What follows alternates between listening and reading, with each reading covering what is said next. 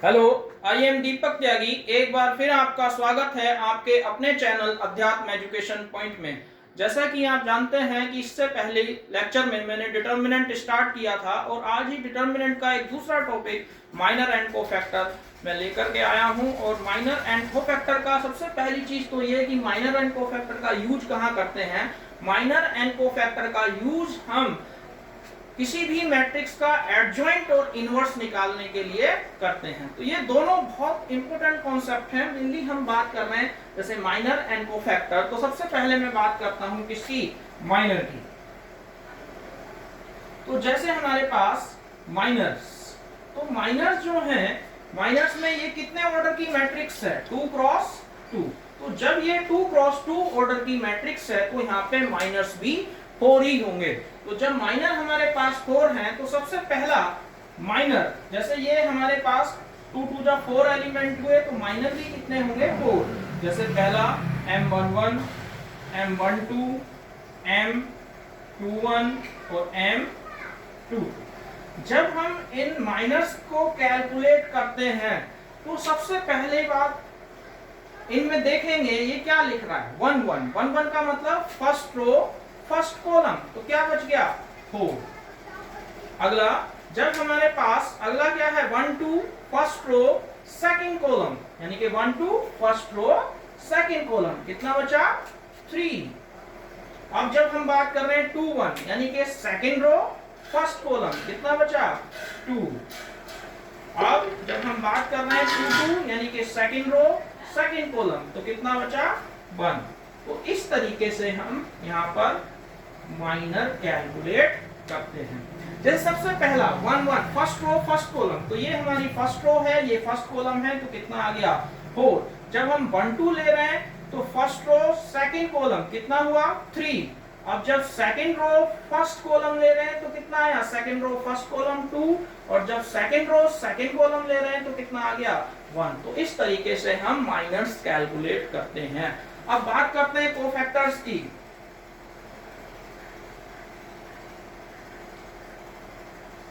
अब जब हम कोफैक्टर्स कैलकुलेट कर रहे हैं तो कोफैक्टर्स में कोई खास डिफरेंस नहीं होता। जैसे कोफैक्टर्स निकालने के लिए कहीं ए का भी यूज करते हैं, कहीं सी का भी यूज करते हैं। तो किसी बुक में ए है तो किसी बुक में सी है, तो कंफ्यूजन की कोई रिक्वायरमेंट नहीं है। चाहे तो यहाँ पे सी भी ले सकते हैं और चाहो तो ए भी ले सकते हैं। मान लो हमने लिखा, बस इतना डिफरेंस है, यहाँ प्लस माइनस यूज नहीं करना। और जैसा कि मैंने डिटर्मिनेंट निकालते बताया था कि अगर इन दोनों एलिमेंटों को ऐड करने पे इवन आता है तब हम पॉजिटिव साइन लेंगे, और अगर ओड आता है तो नेगेटिव साइन लेंगे। जैसे 1 और प्लस 1 कितना हुआ, 2 positive, 1 plus 2 3 odd negative, 2 plus 1 3, 2 2 4 positive. तो समझ में आ गया होगा। अगर दोनों नंबर्स को ऐड करने पे, जैसे इन्हें 1 1 इवन आ रहा है तो पॉजिटिव साइन आएगा, और अगर ओड आ रहा है तो नेगेटिव साइन आएगा। अब बाकी सारी कहानी सेम होगी। जैसे C1 1 तो C1 1 first row first column, तो कितना बचा, 4। तो फर्स्ट रो फर्स्ट कॉलम यानी कि हमारे पास एलिमेंट हो गया 4।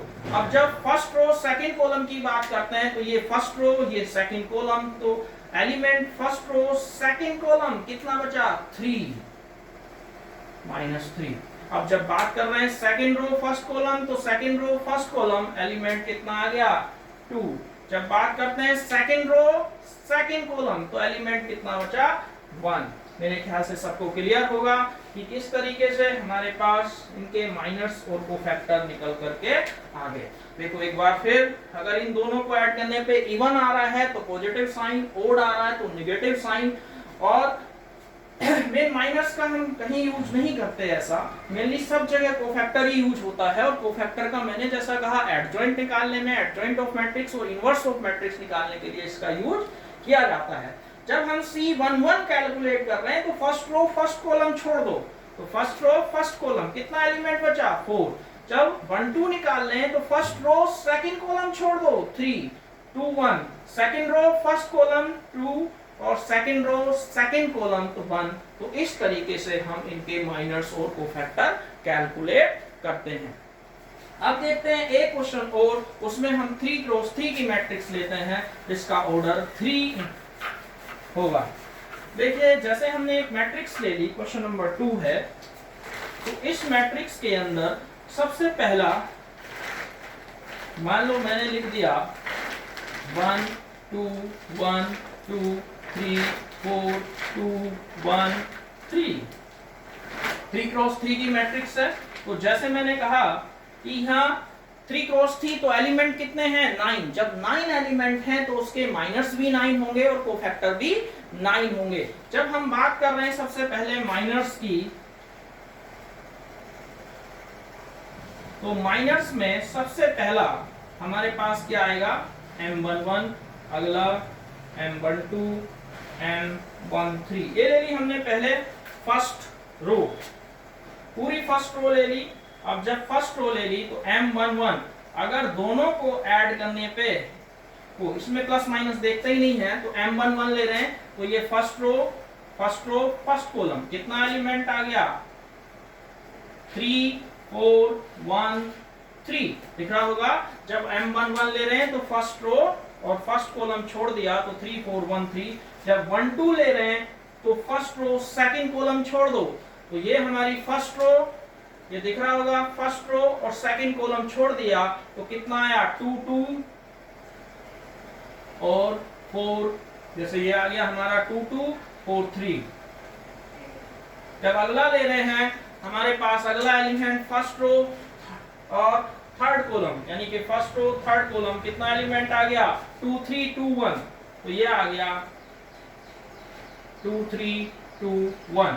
जब सोल्व करेंगे तो यहाँ पे आएगा, वैसे ही डिटर्मिनेंट निकाल देंगे 3 into 3 minus 4 into 1, तो 3 3 जा 9 minus 4 कितना हुआ 5।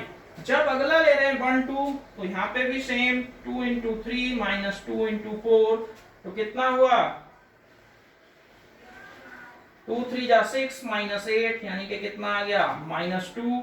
ये हुआ 2 into 1 minus 3 into 2, 2 minus 6 कितना आ गया -4। तो इस तरीके से हमने किसका कैलकुलेट कर लिया, अभी ओनली फर्स्ट रो के एलिमेंट्स आ गए। अब बात करते हैं सेकंड की, तो सेकंड में आएगा M21 M22 और M23। जब 2 1 ले रहे हैं 2 2 ले रहे हैं 2 3 ले रहे हैं। जब 2 1 देखिए 2 1 का मतलब सेकंड रो फर्स्ट कॉलम, तो ये सेकंड रो है फर्स्ट कॉलम, तो 2 1 1 3, तो कितना आ गया 2 1 1 3। तो जब मल्टीप्लाई करेंगे 2 into 3 minus 1 into 1, तो 2 3 जा 6 minus 1 कितना हो गया 5। अब ऐसे ही हम जब 2 2 की बात कर रहे हैं तो 2 2 में कौन सा सेकंड रो सेकंड कॉलम, तो कितना आया 1 1 2 3, यानी कि यह आ गया 1 1 2 3। एक बार फिर देखते हैं सेकंड रो सेकंड कॉलम, तो कितना आ गया 1 1 2 3। अब जब इसकी देख रहे हैं तो 1 into 3 minus 2 into 1, तो 3 minus 2 कितना हुआ 1। जब 2 3 ले रहे हैं तो 2 3 को देखिए, 2 3 का मतलब सेकंड रो थर्ड कॉलम। जब सेकंड रो थर्ड कॉलम लिया तो ये हमारी सेकंड रो थर्ड कॉलम कितना आया 1 2 2 1, यानी कि 1 into 1 minus 2 into 2, तो 1 minus 4 कितना आ गया -3। तो इस तरीके से ये निकल गए फर्स्ट रो और सेकंड कॉलम के। अब बात करते हैं थर्ड रो के एलिमेंटों के लिए माइनस।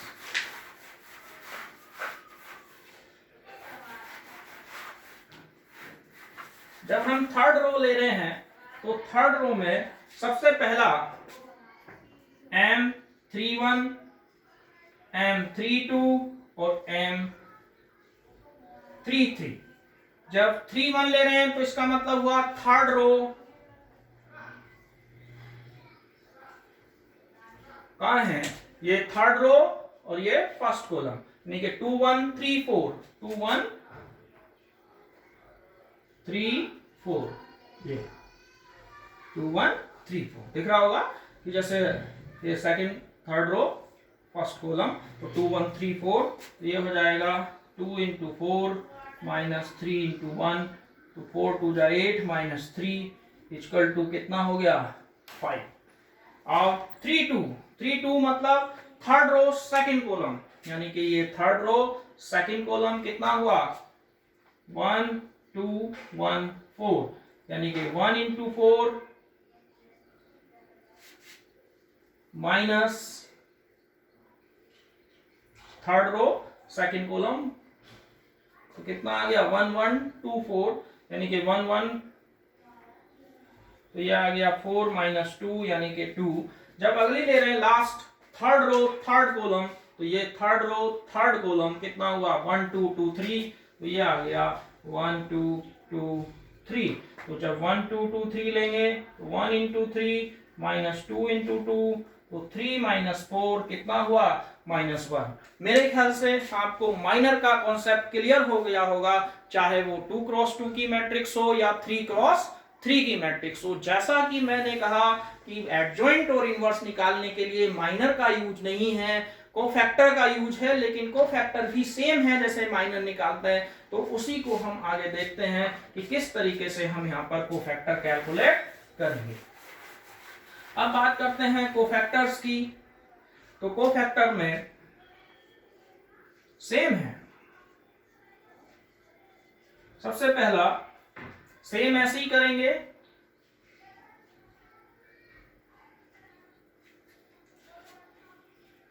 चल जब कोफैक्टर ले रहे हैं तो मान लो हम पहली रो के लिए बात कर रहे हैं C11 C12 C13, अब यहां पे आ जाएगा second row C21 22 23 C31 C32 C33। जैसा कि मैंने कहा कि जब हम माइनर निकालते हैं तो प्लस माइनस यूज नहीं करते, लेकिन जब कोफैक्टर निकालेंगे तो प्लस माइनस यूज करेंगे।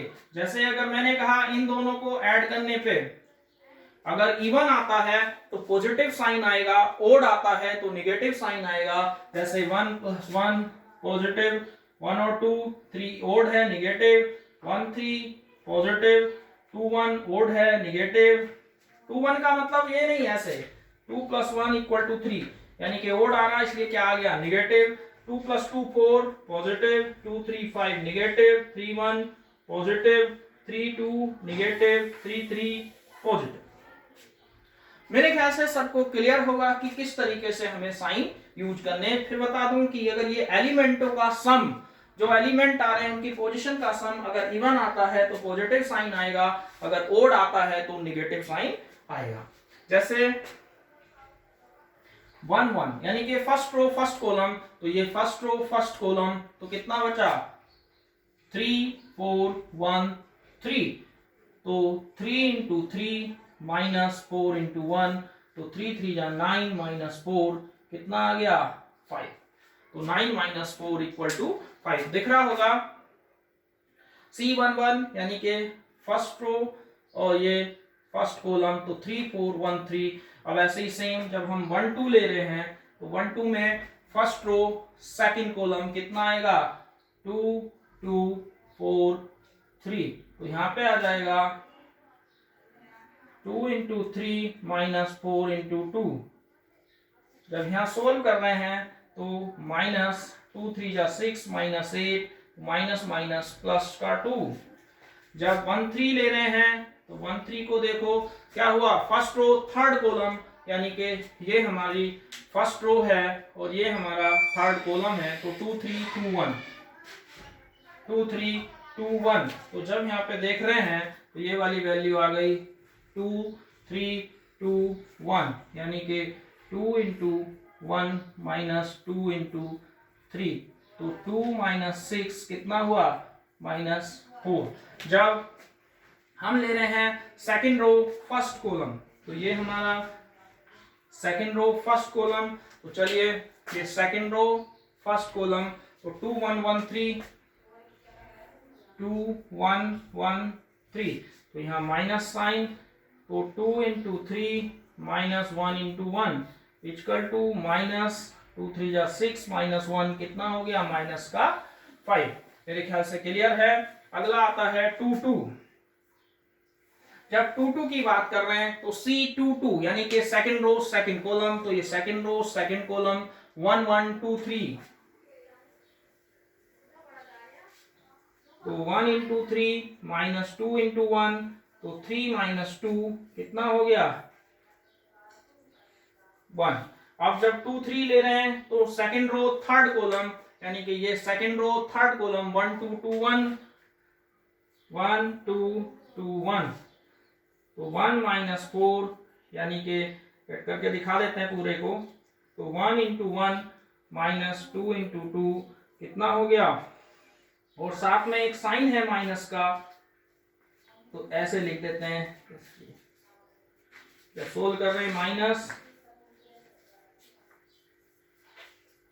तो ये आ गया 1 माइनस 4 यानी कि माइनस 3। अब जब आगे देखते हैं 3 1 थर्ड रो फर्स्ट कॉलम 2 1 3 4, तो यहां पे आ जाएगा, सोल्व करते हैं तो यहां पे आ गया 2 इंटू 4 माइनस 3 इंटू 1, तो कितना हो गया 2 4 जा 8 माइनस 3 यानी कि कितना आ गया 5। जब हम बात करते हैं 3 2 यानी कि थर्ड रो सेकंड कॉलम, तो ये थर्ड रो ये सेकंड कॉलम 1 2 1 4 1 2 1 4, तो जब यहां सोल्व करेंगे तो माइनस साइन, तो 1 इंटू 4, तो 4 माइनस 2 यानी कि कितना आ गया माइनस का 2। जब 3 3 ले रहे हैं third row third column last element है, तो थर्ड रो थर्ड कॉलम 1 2 2 3,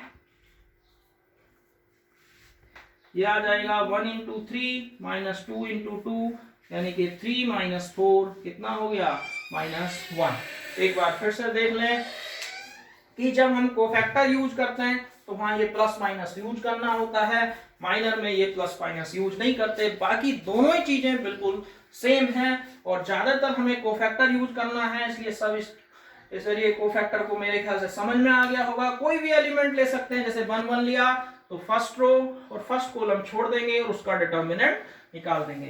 तो इस तरीके से हम माइनर और कोफैक्टर कैलकुलेट करते हैं। आज के लिए बस इतना ही, और अगर ये वीडियो अच्छी लगी हो तो इसके शेयर लाइक और सब्सक्राइब करना ना भूलें। धन्यवाद।